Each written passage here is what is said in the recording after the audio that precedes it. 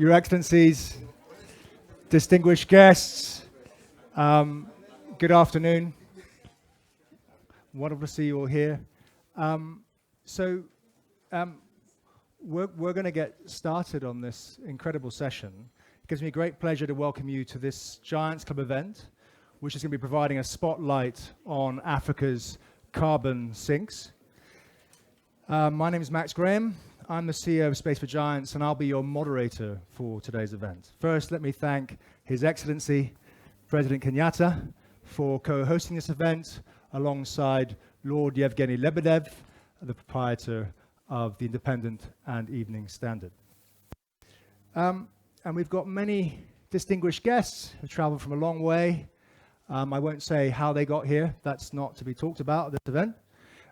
But I just wanted to start by talking about the $100 billion that wealthy nations are struggling to meet in terms of carbon finance, climate finance for developing countries to adapt to the devastating impacts of our warming planet.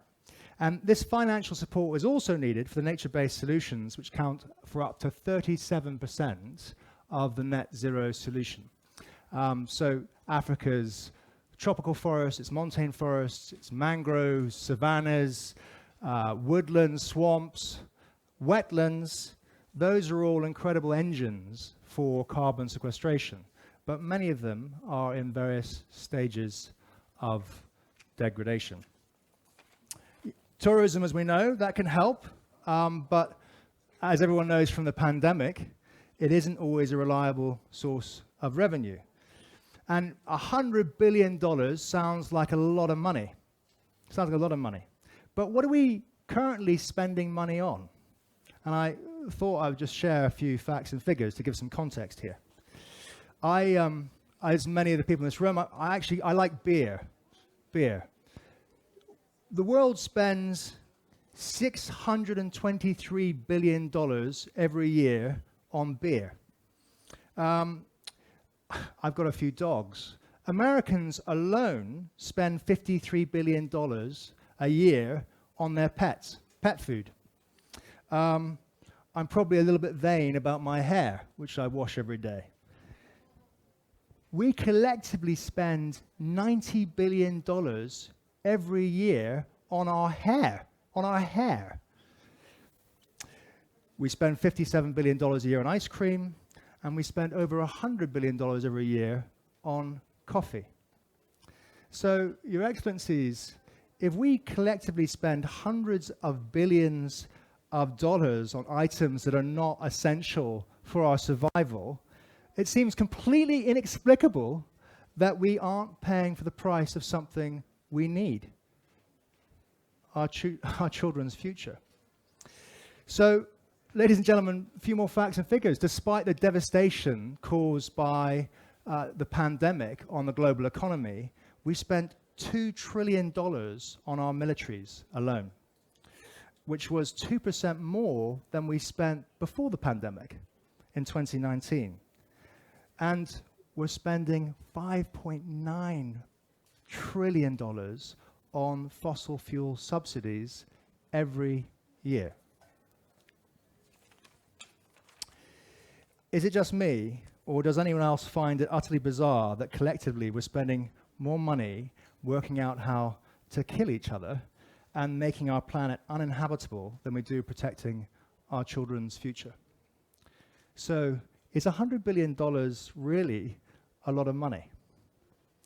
Today's Giants Club event, we will contemplate in some small but I hope significant way the opportunity to rewire this madness so that we can rewire the economy so that it pays for the cost of goods that we actually need. Specifically, in today's case, the restoration and protection of Africa's carbon sinks, which are essential for planetary health, and we can't achieve the world's net zero targets without them. We've broken up this event into two themes. The first theme is a political dialogue among the political leaders of the Giants Club. And really the role of government in creating the enabling environment for investment into these carbon sinks. And the second theme is its exploration of the potential, the great potential of the private sector to step up and plug this gap in climate finance needed to reboot Africa's carbon sinks.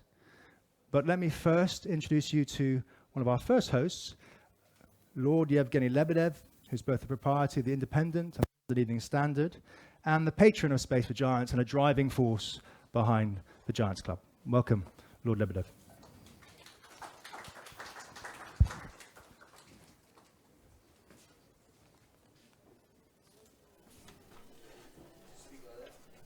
Oh.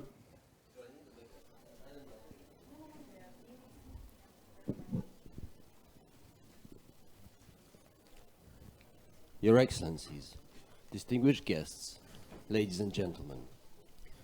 My grandfather, Vladimir Sokolov, was a Soviet scientist and environmentalist who loved Africa. Throughout his life, he was active in safeguarding global ecosystems and promoting environmentally sustainable development, from UNESCO's Man and Biosphere program to the UN's Brundtland Commission.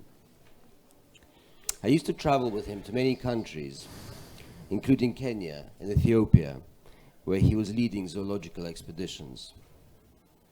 Nothing could have been more fascinating to a young boy than seeing all those amazing animals in iconic landscapes. In 1989, when I was 9 years old, he took me to Chernobyl, and I first realized how much mankind was hurting the planet and themselves as a result. Today, the outcomes of humanity's crimes against the environment are visible to us all. This year, I've witnessed burning forests and melting permafrost in Siberia, and swathes of ecosystems being scorched by pastoralists across Africa.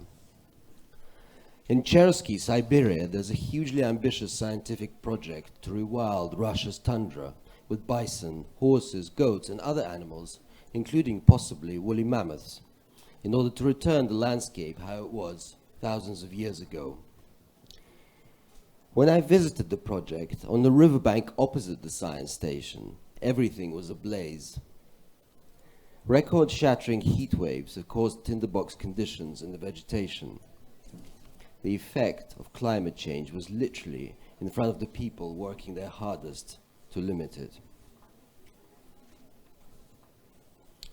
As we spoke to the scientists, it transpired that the project had been approved more than 30 years ago by my grandfather, then the head of biology at the Soviet Academy of Sciences.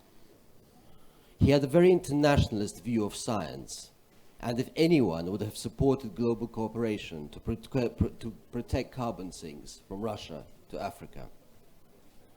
I'm pleased to be here today to consider how carbon sinks in Africa can help us tackle global warming. I have been lucky to see many African landscapes during my travels with Max and through my work with Space for Giants. I had the privilege to sleep out in the Congo Basin. The stunning ecosystem is one of the strongest remaining defenses we have against climate change. Unlike other tropical rainforests, Congo still remains strong net carbon sink. We must not repeat Amazon's deforestation catastrophe. We must preserve iconic landscapes, helping to sequester vast stores of carbon. I'm grateful to my friend President Kenyatta and other Giants Club presidents for their leadership on these issues, and the African Development Bank for their support in bringing us here today. Together, we must showcase the central place Africa must take in protecting future generations from this climate crisis. Thank you very much, Mr. President.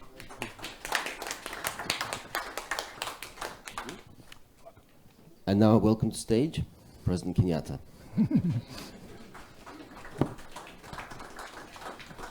Thank you very much.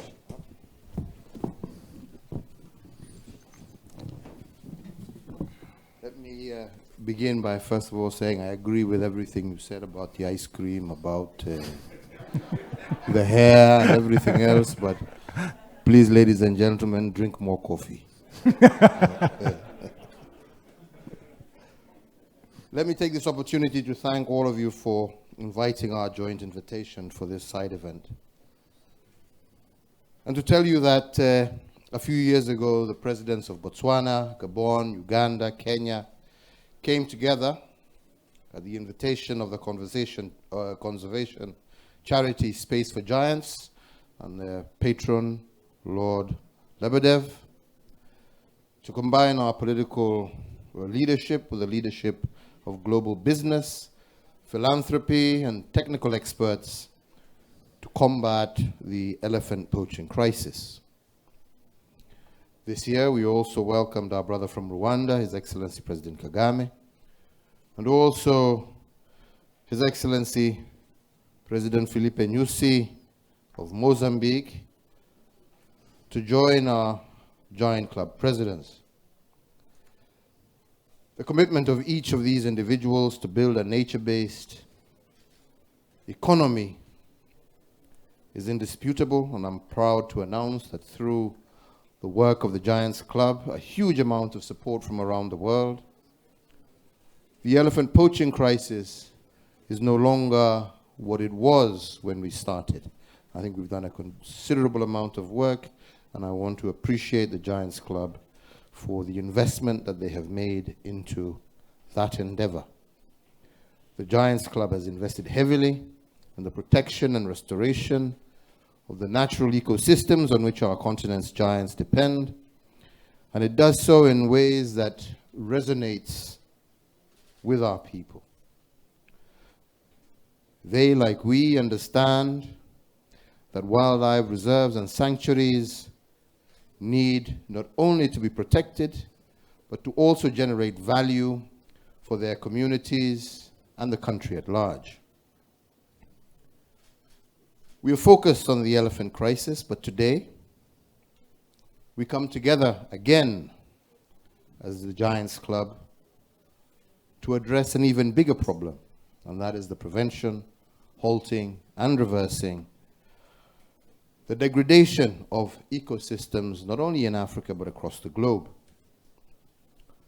The Intergovernmental Panel on Climate Change, which, as you all know, is the preeminent scientific body on climate change, has concluded that we will reach or exceed 1.5 degrees centigrade of warming within the next 2 decades, unless we each and collectively take action today. The report finds that our world's priceless carbon sinks are at great risk of becoming less effective at absorbing carbon dioxide as emissions ever increase.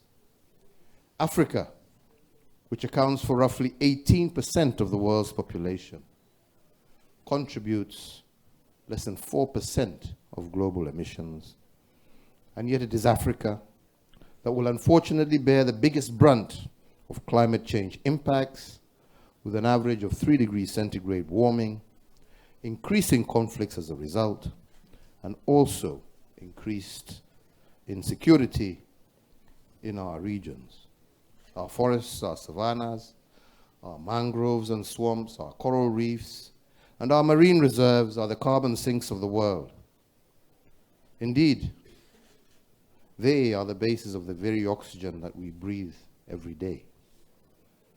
And yet that great public benefit that the African ecosystem provides to the world has not yet been fully acknowledged, and it is neither sufficiently protected, and we have certainly not been compensated for it. And it is for this reason that many of these natural ecosystems have been degraded, often by our own local communities who have few economic alternatives. But from today, we can, together, all change that. Investors, consumers, and shareholders are beginning to demand that their companies start a process of decarbonizing their activities and moving towards a much more carbon-neutral world. Citizens have spoken out during this Leaders' Summit, on the margins, and even on the streets of Glasgow and Edinburgh, demanding that the world does the same. Through the voices of all these global citizens and all the climate change advocates, I believe there lies a great opportunity for Africa. If these companies and countries were to move towards becoming carbon neutral, they need viable, high-quality carbon credits to offset their residual emissions. Demand for such carbon credits actually outstripped supply for the first time this year. In Kenya, we have an example of giant companies such as Apple and Gucci that have invested in the restoration and the protection of the Chulu Hills and have secured important carbon credits in exchange. So using this example, I believe this is our opportunity. And we must together create an enabling environment to enable the conscientious to invest in restoring and protecting the great natural carbon capture machines that were gifted to us by God and nature. Restoring and protecting these carbon sinks can help also create hundreds of thousands of critical green jobs, drive enterprise away from destructive forms of land use, can help us tackle poverty, combat illegal wildlife trade, and also prevent future pandemics and ensure that the diversity of life on which all depend continues to endure. We in Kenya are currently implementing an ambitious national strategy that seeks to enhance protection of our valued forests, resources, and to develop an additional 2 billion trees for our country. All our public forests today have been put under enhanced protection. Over 1,208,000 hectares of new forests have been gazetted in our country, and 55,884 hectares of encroached public forest have been reclaimed and restored, and the government is creating and expanding urban green spaces in Nairobi, and we plan to move to other urban centers. My administration has also established a tree growing fund which aims to raise $5 billion towards reforestation, and I invite all of you to partner with us. We are also committed to the New York Declaration on Forests, which is pledged to halt deforestation by 2030, and the High Ambition Coalition for Nature and People to restore our degraded terrestrial and marine ecosystems in line with the Global 30 by 30 commitments under the United Nations Convention on Biodiversity. This is in addition to the commitment we have to ensure that land degradation neutrality by 2030 as a contribution to the goals of the United Nations Convention to combat desertification. However, ladies and gentlemen, today, very little investment goes towards nature-based solutions where the greatest emission reduction opportunities for the African continent exist. We all know that resources for the COVID-19 pandemic vaccine and response were mobilized in a very short time possible, though shared unequally. However, despite this, developed countries have to date, since Paris, not been able to raise the 100 billion required to avert a crisis that is far more lasting and permanent than the COVID-19 pandemic. Yet every year, as we have heard, trillions of dollars are invested in fossil fuels. Ladies and gentlemen, we can change this. And that is why I can say with great pleasure that we are announcing today that we will be working with the Giants Club and its implementing charity, which is Space for Giants, to build an enabling environment to attract private investment into our carbon sinks. This, I believe, will provide a clear pathway for private sector investors to invest in the restoration and protection of our carbon sinks, ensure that investments are made in a way that generates the highest possible return to communities who live in and around carbon sinks, and generate royalties for our treasuries. Towards this end, I want to recognize the efforts of my dear friend Adesina, the President of the African Development Bank, who is supporting us in this effort, and who more broadly also for championing the adaptation agenda for our continent. With these few words, I would now like to also invite my dear friend to say a few words before the representatives of some of my colleagues also come up and say a word or two. I thank you all for attending, and I appreciate your support. Thank you.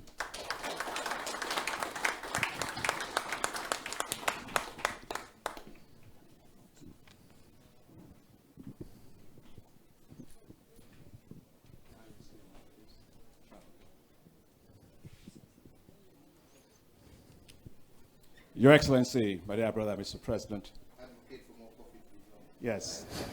Can somebody please rush out and get the President more coffee? Let me thank you, Excellency, for inviting me today to this event. And thank you for the speech that you have just given. I think you are one of the foremost leaders when it comes on our continent to preserving nature. I was just on the panel with your Minister of Finance, Itani, where we are talking about the issue of adaptation. And he was talking about locally based solutions that were being done in Kenya. And today, Mr. President, just right now, you explained a lot of those things. And I want to commend your leadership on building carbon sinks, on protecting the elephants and all the things. We all love Kenya. We all love to be there. We want to make sure the elephants are there and everything continues to go. So please put your hands together for the Nature President. Thank you, Mr. President. Let me prefix this time, and Lord, thank you very much for being here.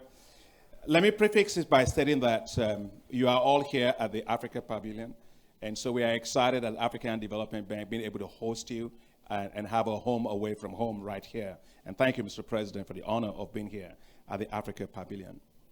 I'd like to say for the African Development Bank, when it comes to the issue of climate, we take climate very, very seriously. You know, we doubled our climate finance to $25 billion by 2025. And we have a commitment that we will actually have 40% of our financing going to be in climate by that particular time. Of course, a lot of those are going to be in adaptation, as you rightly mentioned, Mr. President. And for us, we have actually exceeded the 50-50 parity on mitigation and adaptation. We did that in 2018. And this year, we actually have 63% of our financing actually going for climate adaptation, which is the largest of any multilateral development bank in the world.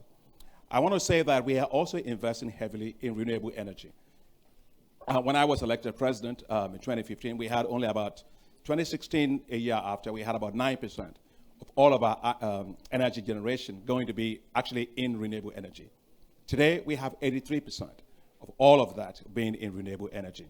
And one of those that I'm really excited about is the one that we did with Your Excellency in Kenya, which is the famous Lake Turkana 310 megawatts, the largest wind power station in sub-Saharan Africa. And thank you very much for your partnership on that. I'd like to say a few things about this because coal is important. I just want to say that for us as African Development Bank, coal is the past, renewable energy is the future.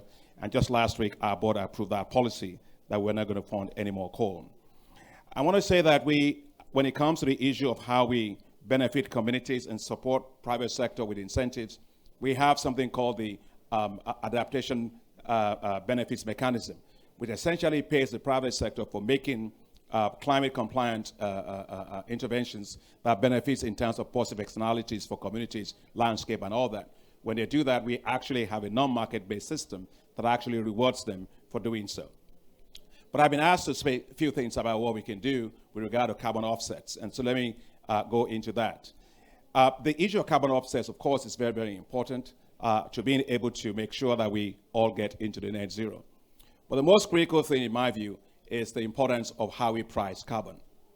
So I remember when I lived in Kenya, Mr. President, somebody came to my office. At that time, I was vice president at AGRA, You were Deputy Prime Minister and Minister of Finance. And the person was talking to me about the importance of planting more trees, and because they were going to have carbon sequestration. And I said, what is the price of carbon? But the price was so low that I said, okay, at that price, any farmer would just basically cut up all the trees. So we must be sure that we price carbon properly if we are going to make a big shift here. I look at South Africa, when they put in the carbon tax, and also it has actually helped them 3 times to increase the carbon offset demand in South Africa. So pricing carbon and carbon tax is very, very important. What can the African development do to support your great work that you all are doing? Let me share a few thoughts on that. First is that we will support the development of projects that are bankable, that can meet the clean development mechanism standards, which are going to be very important. We expect to launch an alliance for green infrastructure in Africa to maximize opportunities for businesses to actually use their carbon offsets to invest in climate-resilient green infrastructure in Africa. We will plan to support the establishment of offset standards, making sure that standards are very, very solid in terms of that. But also critically important is the issue of accounting and transparent reporting of the homegrown carbon offset systems that we will support, like in Kenya and several other countries, as you put that into place. I cannot emphasize enough the importance of analytical and policy work to help determine the appropriate pricing of carbon, as I mentioned on earlier on. The African Development Bank has something called the Africa Legal Support Facility, because one has to make sure that there's an asymmetry often of we want to do this and then the countries are going to benefit how much. We want to make sure that whatever is done in terms of offset benefits the country. Not too much sugar for the companies, because then you're going to have obesity. The companies have too much incentives, but countries have to be able to mobilize resources. So we will deploy the Africa Legal Support Facility to help to do that and ensure that there is also monitoring of compliance investments in sustainable projects to reduce carbon. The last 2 points I want to make is we are now in the Africa Continental Free Trade Area. Industrialization is key, and that we have to make sure that as we look at the issue of carbon offsets, that we develop regional emission trading systems that are going to be very important across many of our countries. And the African Development Bank can support that, both in terms of voluntary, but also in terms of cap and trade systems. And the last point, of course, is, as you have said, Mr. President, and also as you said about Gabon, on the Congo Basin, and also, Lord, about what you said about that, the importance of making sure that Gabon, that is actually a net, absorber of carbon, gets compensated for that. If they don't get compensated for that, why should they really bother about that? And that's why the African Development Bank will work with you and others to help to establish what's called the African Carbon Sink Fund as a permanent sink fund that will support countries to do things that are supporting our environment. And last word, as an economist, I can't finish but say this. What we measure and how we measure things is important. For so long, we've been measuring everything in terms of gross domestic product, the value of goods and services an economy produces. It doesn't take anything about how it's produced. And we've damaged our world, we've done everything else. So I believe that we need to change that and actually weight GDP of countries based on the positive or negative environmental externalities that they create. Then those that are actually doing environmental conservation will see their GDP value actually go up. Their debt to GDP values will go down. They have more headroom to get more money, that they can invest in more of what you're doing, like that, Mr. President. So some of those that are actually wealthy today are actually wealthy at the expense of others that are actually suffering. So we are going to do quite some work on that, but I just want to say that we have to change this, to change the incentive systems of how we measure wealth if we want to really save the planet. Thank you, Mr. President, for having me. It's good to be here with you. Thank you, Dr. Adesina. Thank you, Your Excellency. What extraordinary commitments we're hearing politically from the African Development Bank. That's why we're all here. This is absolutely brilliant. Let's hear some voices from the continent, from other Giants Club leadership. So I'd like to invite Dr. John Dark from Rwanda, the Honourable Minister for Environment, representing His Excellency President Kagame. Welcome, if you'd like to come and have a seat. And then I'd like to invite Professor Lee White, the Honourable Minister for Environment from Gabon. Just how about, welcome, grab a microphone. Here's one for you. We'll have a, welcome, have a seat and we'll have a conversation. Honourable Ministers, welcome. So, I mean, we obviously, we heard from the very well-styled President of Nature from Kenya. We have 2 other Presidents of Nature. We have actually 6 other Presidents of Nature in the Giants Club. One obviously is Gabon. I mean, what the President's achieved there, the fact that you have this other lung of the world, lots of people talking about it at the moment. So it'd be good to hear from you, Professor White, to start with, around what role do you think the carbon markets can offer the Congo Basin, which is something that you've spent the majority of your working life championing for. So love to hear your thoughts on that. Thank you, Max. Excellency, Mr. President, dear colleagues, I've taken to calling the Congo Basin the heart and lungs of the African continent. We're all talking about carbon because we're at the COP, but rainforests create rainfall. And the rainforests of the Congo Basin create rainfall in the Sahel, in northern Nigeria, in Niger. They create rainfall in the Ethiopian highlands, which feed the Blue Nile, which stabilizes agriculture in Egypt. So we're creating the oxygen, we're sucking in carbon dioxide, but we're pumping water to the entire continent. And so there's no 1.5 degree world without an intact Congo Basin. There are 6 years of global emissions locked up in the trees and the soils of Congo Basin.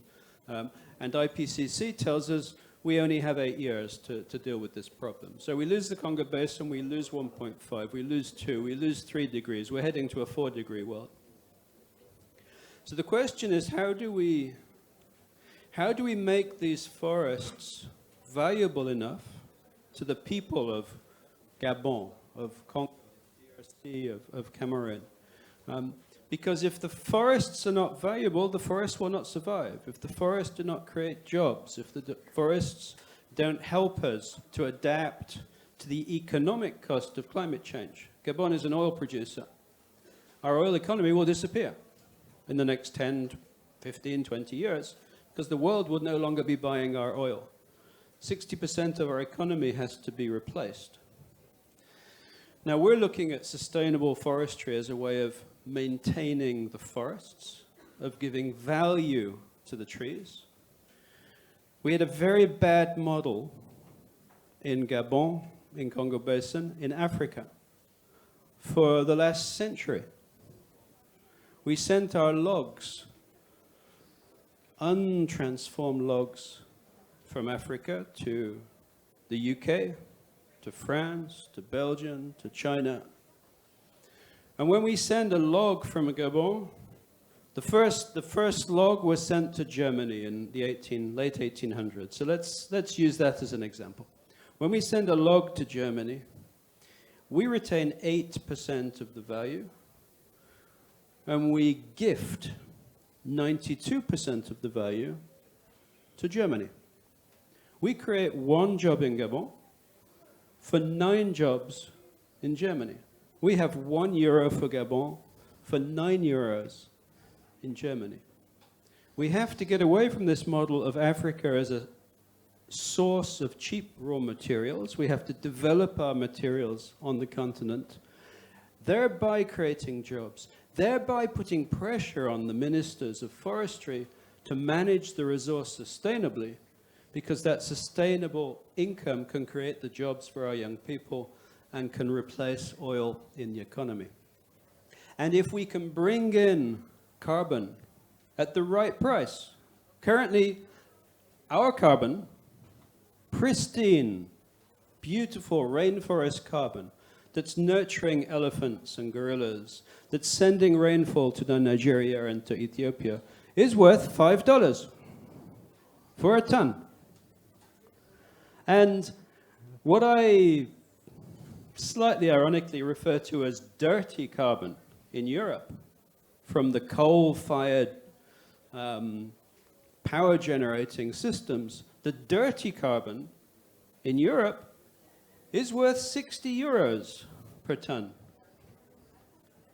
My sister, can you explain the maths to me? Can you explain the maths to me? That our carbon is worth $5 and European carbon is worth 60. Is there a parallel atmosphere somewhere?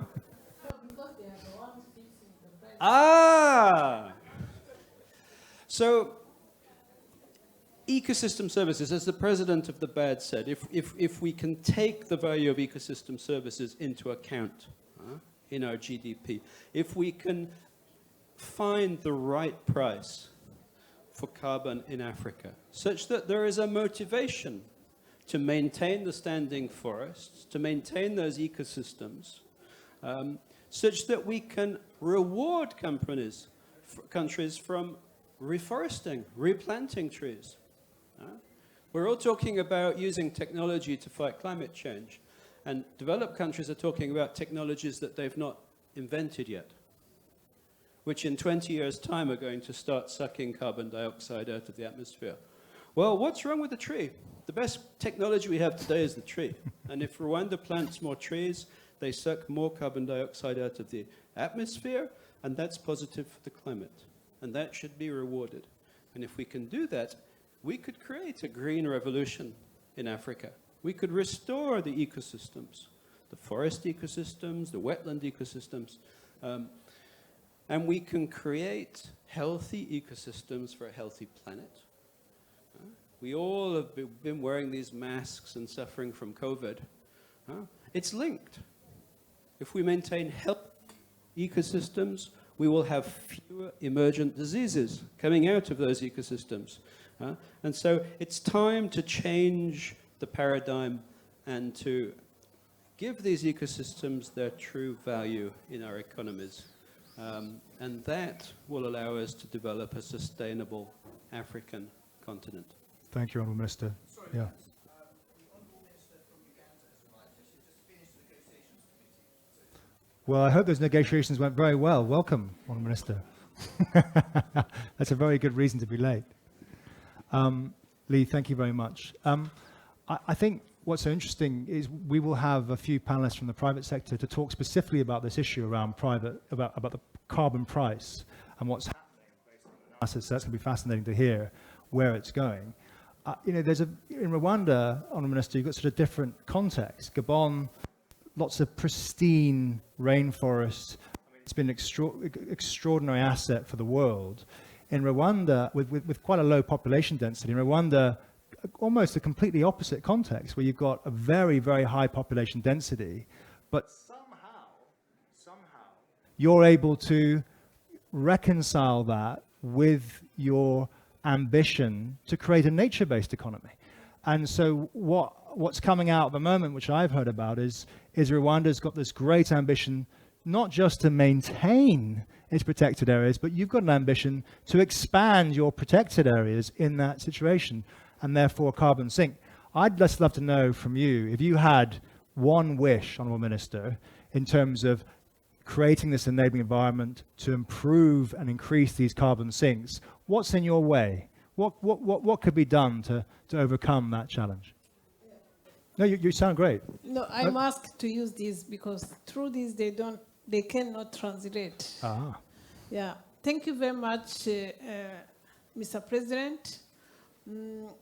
What I think the two can be reconciled, the highest density and the protection of the nature.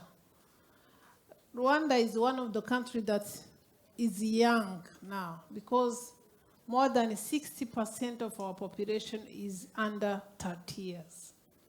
So you can see how the young people, the youth, can be part of the rehabilitation and the protection of the environment. That's why we have created what we call eco brigades.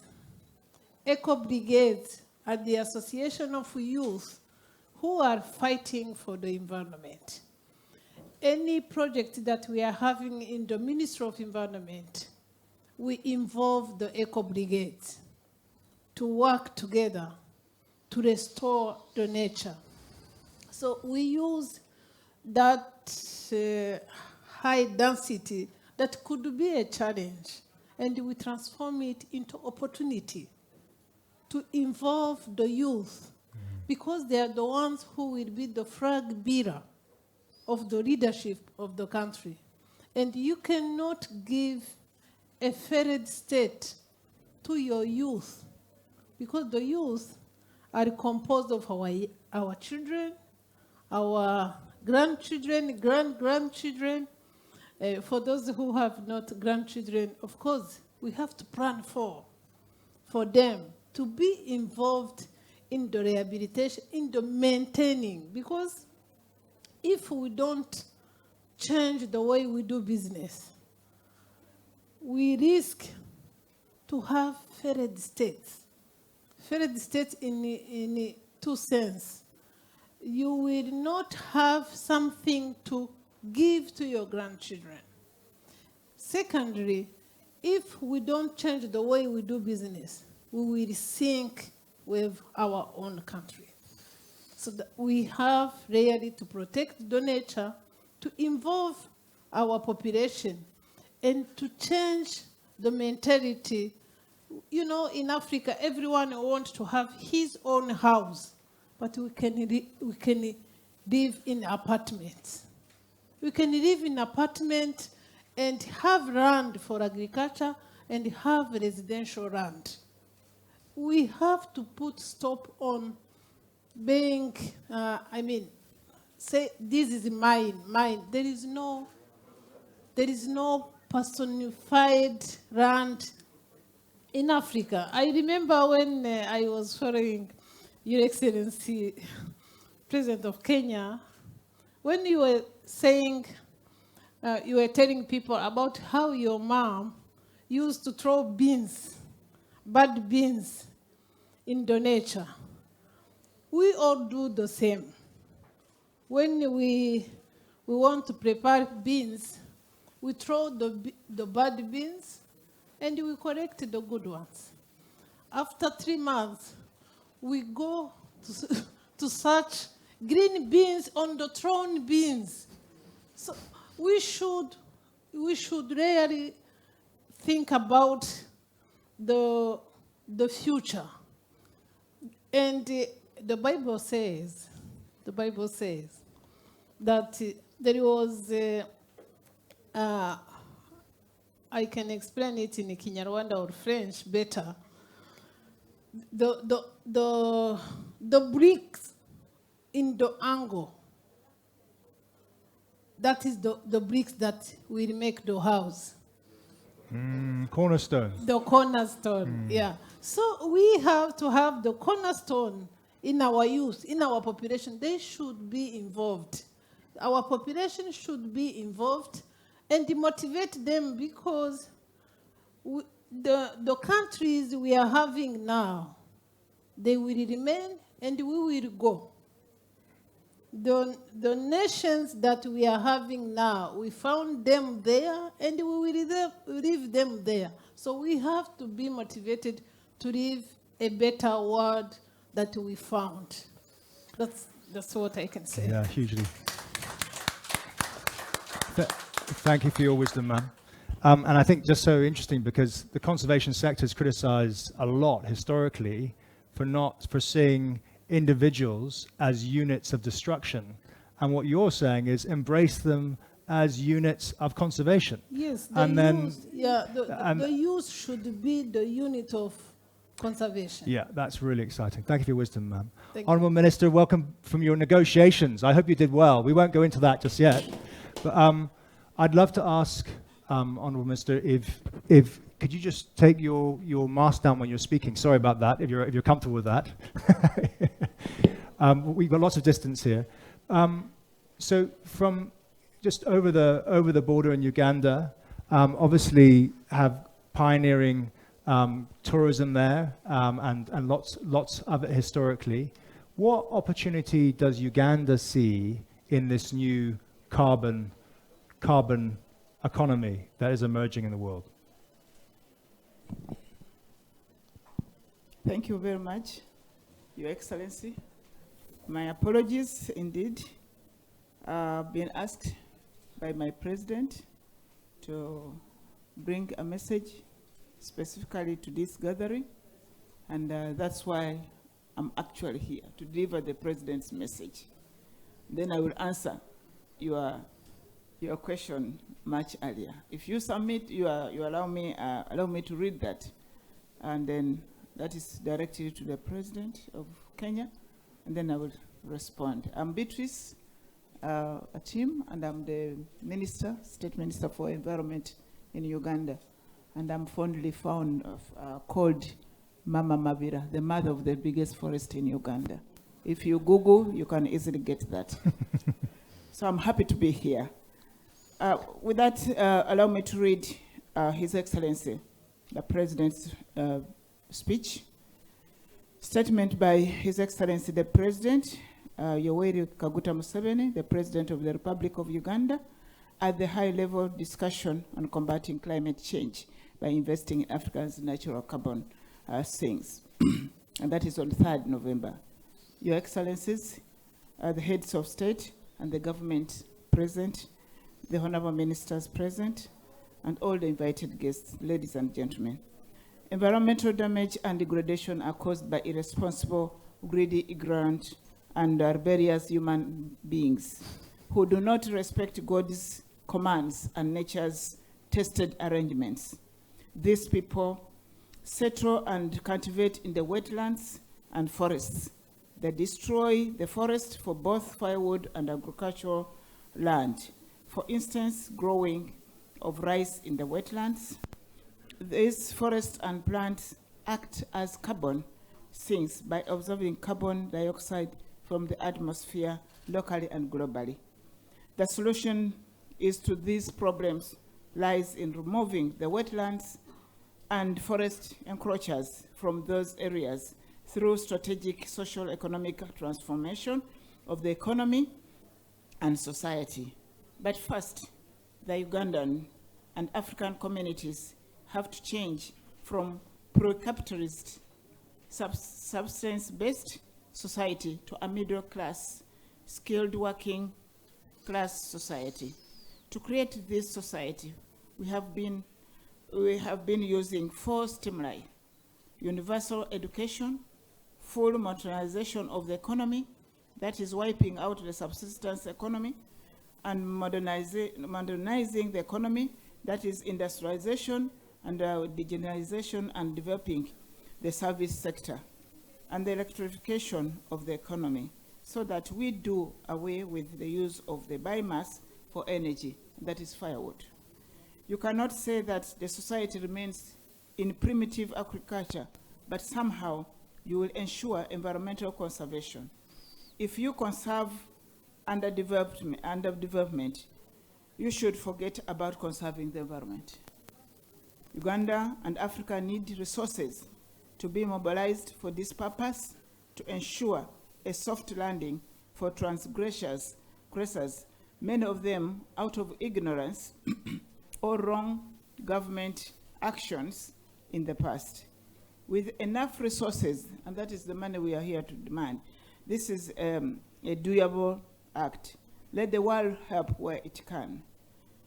Therefore, let the world punish greed, ignorance, irresponsibility, and rebelliousness, save our planet, and use our greater knowledge to ensure influence for all the people of the world.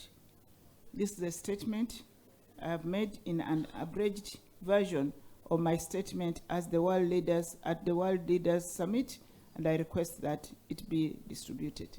I thank you. Thank you once more for that. I'm happy I've delivered my president's speech. Back to what we are discussing. Tourism is a gold mine, which we Africans, we need to look critically at. Uganda, we are gifted. That is the pearl of Africa, with all the endowment that attracts tourism. But our action needs to be adding up to make it be realized. We come here to share our common vision, and particularly we, the Africans. It's high time that we realize the potential we have and take advantage of it. It needs commitment, political will, resources. Then we shall realize that. We shall not be needing to ask for help elsewhere when we have the potential which is underdeveloped. We have land, natural resources, factors of production on top of tourism is plenty. But how do we manage it? I came in when the colleague was also talking. Unless we conserve the environment, we cannot sustain the development we are dreaming of. And as a country, Uganda, we have decided to turn around. Mistakes have been made. Degradation has been at it. We have been destroying the habitat of this God-given gift of nature. And we are turning around. We have a 10-year program, which we have rolled out. And for us, we have set it saying that this is a war which must be fought and be won. And the commander-in-chief is His Excellency, the President of Uganda. That means the political will with his colleagues. We see that we secure the habitat and then we guarantee the tourism as the gold mine we have in Africa. Without that, we are here going to remain like we come to look for funding, and yet we have also a gold mine. We have something to offer to the world, and we must demonstrate that. So I am here to share with colleagues, to call upon the leaders of our countries that let's work on the mindset of our people. We are poor in the mindset, but on the ground we are gifted, and we must take charge of the God-given opportunities and resources. We don't have to live in a rebellious and irresponsible way of destroying the habitat of nature. Nature is speaking, and we must listen. And we have come here to deliver that. And it is doable. It's not just we are dreaming. No. Actually, it is Africa that will save the world from the effect of climate change.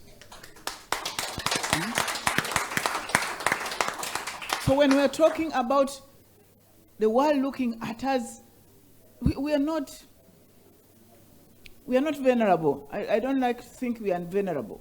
No. We are able. Just what we are praying that please let collectively put the resources where it matters. And it matters in Africa because we have the resources, we have the will, and then there we go. The technology you are talking about, that is beautiful. The technology will come in 20 years. But the not God-given technology is the trees which we can plant today, and they are there, not to be destroyed. Let's conserve the ones we have, and let's go massively to plant more. In Uganda, we have already launched a 40 million tree planting. We are going to create a tree planting day every year. We have even gone ahead to put resources. It is a priority. We have actually, with the law which we have just put in place, we have mainstreamed the effect of climate change, of tree planting in all the ministries. And we demand for a certificate before the budgets are passed. And that's how serious we have gone. So fellow countrymen, fellow human beings who think the future must be there, let's look towards where it matters best. Our monies, our efforts, let it be put where it can have quick returns, and that will be Africa, and Uganda leading it. I thank you. Honourable Ministers, I think we can see why this Giants Club has been created. Look at the commitment from these leaders in terms of conservation. And I think just really should leave that on African Save the World. So thank you very much for your time, for coming, for representing your heads of state, and for sending the message. Thank you very much. So if you could just return to your seats, we're going to have three more panelists come in, and just from the private sector. Thank you so much, Your Excellencies. Just moving on, we're going to have a quick panel now. We'd like to invite our three next panelists, Wanjira Mathai, Peter Bacchus, and David Antinolo. Welcome, Wanjira. Welcome, Peter. Welcome, David. I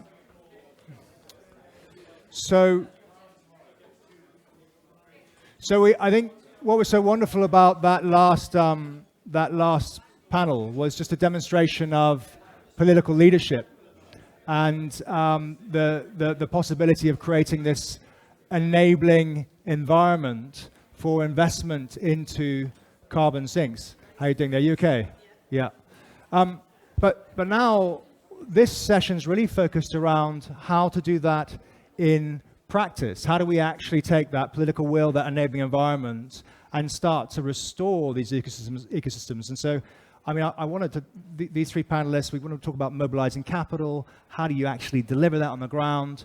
So to start with, David, I'd love just to get a little bit of insight from you, because there was lots of conversations in that last panel about the price of carbon, the value of carbon, and that being a potential issue, something that definitely Professor White talked about. So I'd be very curious to know from your perspective, what is it you run, David, you run Vera, which is the largest carbon credit standards agency in the world. And obviously, that's something that is really important for building investor confidence.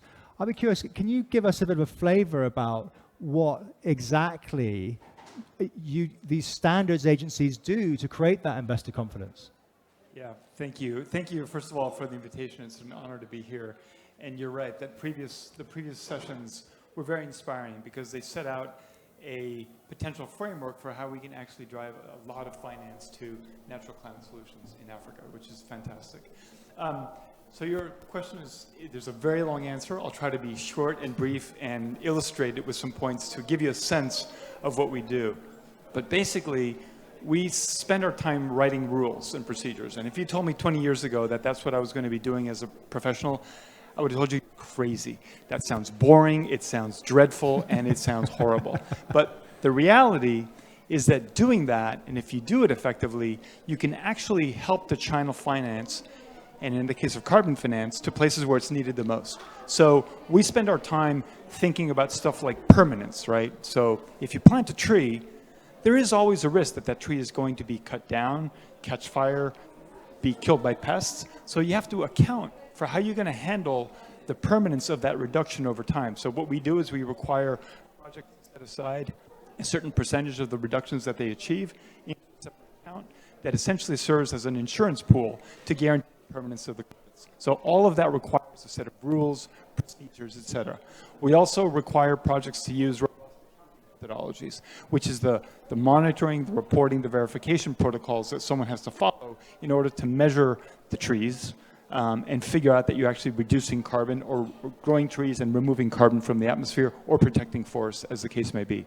We also require auditors to be part of the process. So in order to develop and get a project approved under our standard, you need to hire an accredited auditor.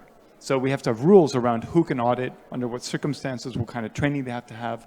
We also have a transparent registry where all of the project documentation gets listed. You can find out anything you want about any of the projects, like the one that President Kenyatta mentioned, the Chulu Hills project. That's a VCS registered project. So you can find everything you want to know about that project, including the auditing reports, the project description, how many credits it's issued, where they've been retired, on our registry. So together, those provide a series of rules and procedures that help give credibility. And so our role really is to sit at the center of the market to help give the investors in the projects the framework to develop the credits that will be trusted by the buyers. So we consider ourselves like sitting in the middle of the glue of how it all, to make it all happen. I hope that helps. No, David, that's really interesting. And I think, because it's actually the whole world of carbon credits is quite opaque for a lot of people out there. Obviously not for you, who's been in it, living in it, breathing it. But having some confidence in the carbon credits that are being bought, it's obviously absolutely key to unlocking this value that the political leaders were talking about as being necessary to enable Africa to save the world. And so that leads me on to our next panelist, Winjira. So Winjira Maathai, you're a vice president of the World Resource Institute. You've also, and playing a formative role around sustainability, conservation agriculture across Africa. And obviously you've been fulfilling your mother's legacy, Wangari Maathai, who was a Nobel Peace Laureate. And you embody everything that I think all of us hope for in terms of actually on the ground experience of how to do this, the mechanics of actually creating carbon offset projects. So I'd love to get a sense from you, from your experience, of what sorts of projects on the ground have you seen working very well in terms of actually, improving the net carbon position, improving carbon offsetting, improving carbon sequestration, etc. I'd love to know. Thank you, and thank you, Max. Let's have a look. Thank you, Max, for the opportunity. I didn't know that's on. Should we try? We might swap. Yes. Okay. Well, thank you so much for the opportunity to be here. I think a couple of things before I even mention some of those projects that are working. There are three things that I often always keep front and center, because there is no one answer to that question. Projects are different, as we know from all the carbon projects that are out there. But there are three key things. One is how we restore and how we protect. There's so many different ways to do it. There's farmer-managed natural regeneration, which is one way of doing it. And we have tremendous examples of success in Niger, where 2 million hectares of land have been restored into productivity. In the Sahel, where we had 40 hectares of productive land, we have 40,000 hectares of productive land. And the value, therefore, of what happens when you restore is far more greater than the cost even of what it takes. So that's one, is looking really at the benefits of that restoration and how it's done. There's community-led, we heard a lot about that, community-led reforestation and forest projects, organizations like the Greenbelt Movement in Kenya that have mastered the art of mobilizing local communities. I think that's a crucial element of good restoration, that you do not extract from community, but you work with community and you actually ensure communities are involved. After all, if we listen and learn from them, we actually get it right. Often always mistakes are made when you think you know. So that's a really important way to do. Then of course there are agroforestry systems, which are trees within farm systems, and then enclosures in areas where you know there's biological material and you just have to enclose the area and restoration happens. So there's a whole slew of them. That's really important. Kenya happens to be one of those countries that is in the front lines of carbon projects. Certainly, we heard about the Chulu Hills one. There's the one, I think, which was actually the very first in the world RED project out in the Northern Rangeland Trust, and that's a fantastically 2 million hectares again of grazing land being restored there. And then in Savo, while the Wildlife Works, I think that was even the very first Kenya actually has the most forestry carbon projects in the world. So this is a country that is doing this quite a bit. And it is a viable option. But I think Minister Lee White hit it on the head. If we don't get the price of carbon right, he talked about the price of carbon now as $5. What he didn't say is what it ought to be, and the right price is 70, so even higher than the price of dirty carbon. So you can imagine the incentives that would be derived if the price of carbon was set right. Yeah. So there are several other projects I could mention, but I would. And then, of course, there's the AFR 100. Forests have been a big discussion in the last few days here at COP. AFR 100 and Africa-led 32 countries committing 128 million hectares for restoration as part of the global restoration effort. The Great Green Wall. Tigray, we must stand in solidarity with our Ethiopian brothers and sisters at the moment, but Tigray has one of the most successful restoration initiatives. 2 million hectares restored over 20 years Wow. into productivity. So Wow. amazing examples out there. I think on that note, that's really, really interesting to know, and just the kind of the breadth of work that can be done to play the part in terms of restoration. It's not just about protecting trees, but it's about restoration, conservation, agriculture. But this point I want to pick up now around the carbon price is interesting because Peter Backus, Peter's the chairman of Backus Capital, very much a veteran in the city of London in terms of a banker in the commodities world, and has recently been involved in quite an interesting commodity. And Peter, I'd love to know from your experience in the commodities market, what do you think is the potential here with carbon offsets, given your experience? Thanks, Max. Yeah. Thanks, Max. I should say I actually feel somewhat as a journeyman in the room full of experts, so I make an apology in advance, but I'll make a couple of observations around how I see the carbon market developing. And I think the first point I would make is that clearly the ability to price carbon, as we're beginning to do through offsets, can be transformational for conservation. And it starts the journey of beginning to recognize heritage landscapes more specifically for the benefits they provide both to the environment, but also for the economic activity that they support through sequestration, which is essentially the sea change that we're seeing through the development of carbon markets. But I would be reluctant to draw a simple analogy between carbon and more traditional natural resource commodities. Firstly, as David would tell us, I think there's huge diversity and variety in the quality of credits, depending upon their derivation, but also their integrity. So not all carbon credits are equal, which at the end of the day is really the definition of a commodity. So I think we're stretching the analogy somewhat. But I think more importantly, in my experience, the costs of providing high quality conservation across strategic heritage landscapes are considerably higher than the market price of carbon credits, not only at the moment, but also potentially when you look at the racier, the more aggressive forecast. That's still the case. So economically, we can't really look at landscapes as carbon credit factories. Economically, that's just not the right approach to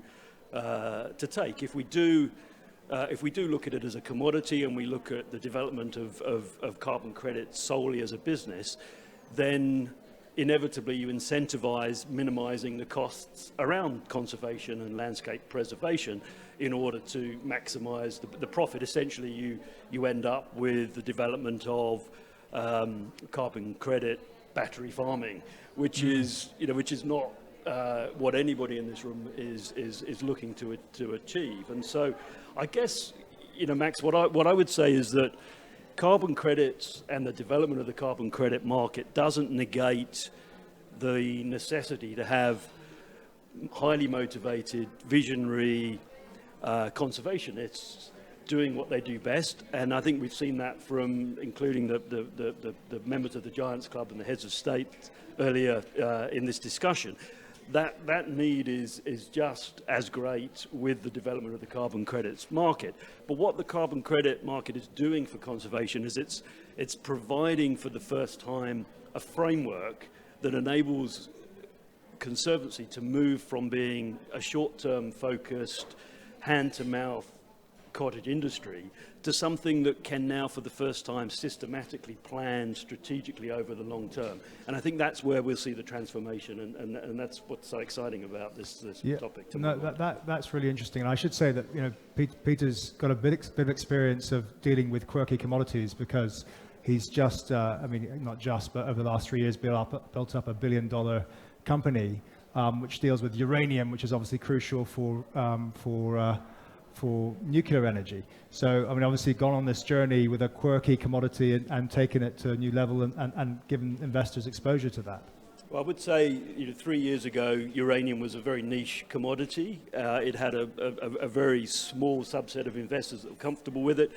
Now it feels fairly mainstream, and I think if we come back in 3 years, we'll be saying the same thing about the voluntary carbon credits market. That's really interesting, Peter. And I think on this point, I'm just over to you, David. What are you seeing? I mean, you've been sitting in this position, and we're all seeing this transformation. There's obviously a lot of appetite out there from political leadership.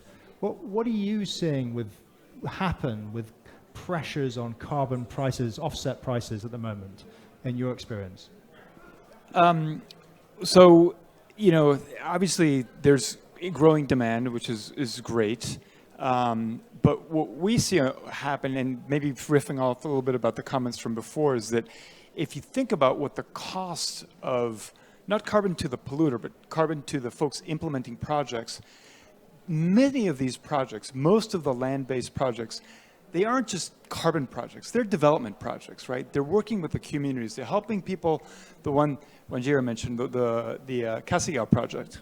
That was a great webinar they did 2 weeks ago, where they had the folks from the project speaking, right?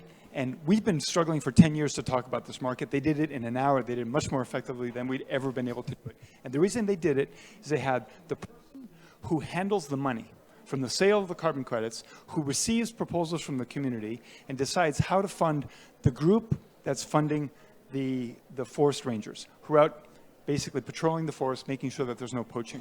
There's the folks who are actually funding the schools and the education that's happening because of the project. So ultimately, these projects are development projects. And what I think is really critical, and we should not make sure it doesn't get lost in the noise, is that these projects can help drive finance to where it's needed the most.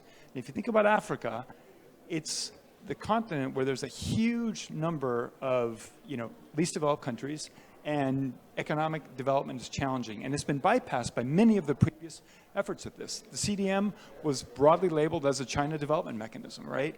And here's an opportunity for Africa to take advantage of its natural resources base to really leverage this growing emerging market, which will lead us hopefully to better prices, but will result in ultimately delivering real development impacts that are long-standing.